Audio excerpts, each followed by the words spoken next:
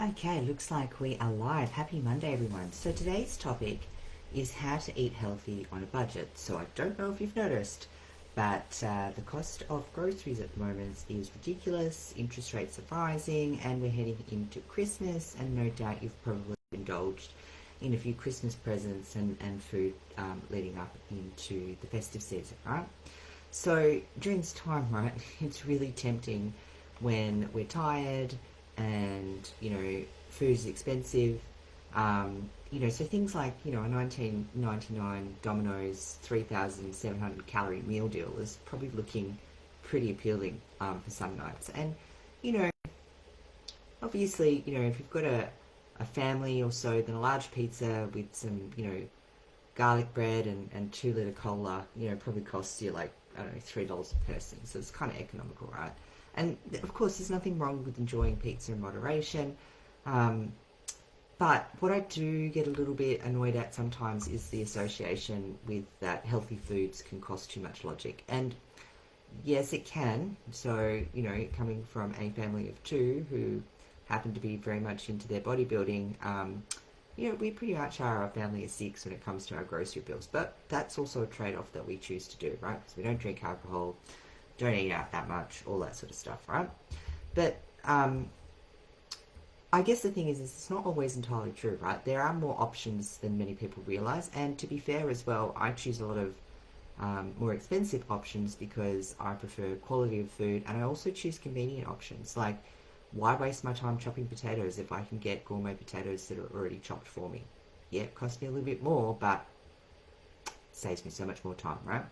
But you might not have that option, and the budget might be weighing more heavily in what you need right now. So there are some, quite a few affordable whole foods that you can do. I've got one lady that I know who actually gets a box of vegetables from the fresh markets and wholesalers delivered to her on a weekly basis, right? So, and then she doesn't have to choose them. It's like whatever's in season. So it's almost like a surprise box, which is kind of cool.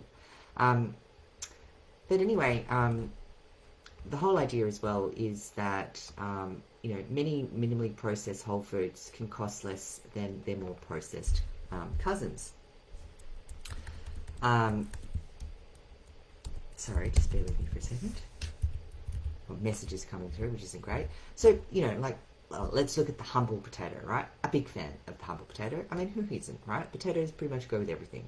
But anyway, a medium one costs about $1 less than, say, small fries, and it also has a fraction of the calories, right? Like, you're looking at maybe 160 versus 220, as well as a lot more nutrients and a lot less trans fats. So, I guess that's just one example of, minimally processed whole foods, and there are a lot of other starchy carbs as well that is still quite affordable. And other nutrient-rich, relatively low-cost all-stars include things like your eggs, whole chicken, tofu, canned fish, kangaroo, for example, lower quality cuts of meat. Some of the less popular options, again, like, even uh, some of the, like turkey, even sometimes duck as well, surprisingly. Um, and then, you've got things like smoked salmon and all that sort of stuff, which in small portions is actually not that expensive. And then you've got your smart carbs, which include like your bulk rice. If you've ever been to any of those Asian shops that sell like the, I don't know, 10 kilo bags, that works out really well. You also get some extra exercise getting that to the car. You can get bulk lentils, beans, potatoes, oats, everything. Vegetables, obviously. If you go to especially the fresh food grocers rather than the supermarkets, so you get better quality stuff. And a lot of those can actually be cheap. There's lots of good deals. I mean, at the moment, blueberries, which is unheard of, is like $3 or $4 a punnet, and normally they're about $10 at this time of the year. So it's pretty good.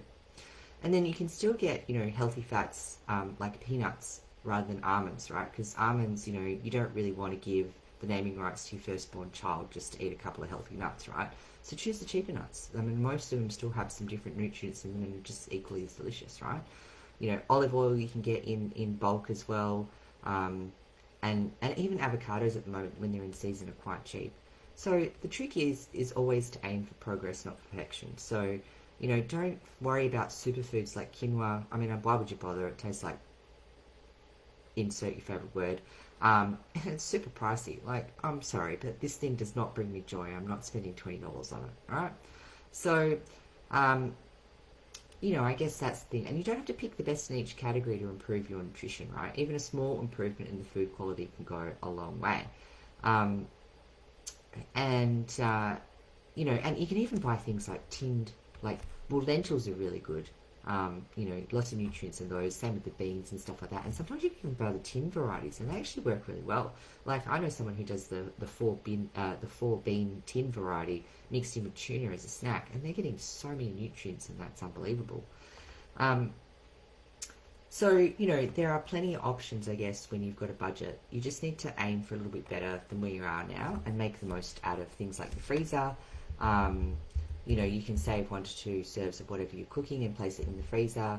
If you find that later in the week when you don't have time, you can have a meal that you can easily reheat, and there you go. That's, and as I said before, some of the other tips that I've had as well is to, prep your vegetables at the beginning of the week and either freeze them or place them in the veggie crisper ready to go, so that when you do go to cook, there's less barriers and you can just quickly, easily do things, and then there's less dishes, right? So these are just some of the tips that you can do to kind of survive probably what's going to be a tight couple of months for the majority of us, and still stay on top of your health and fitness goals. So let me know what low-cost, delicious whole food you are going to make the most of over this season.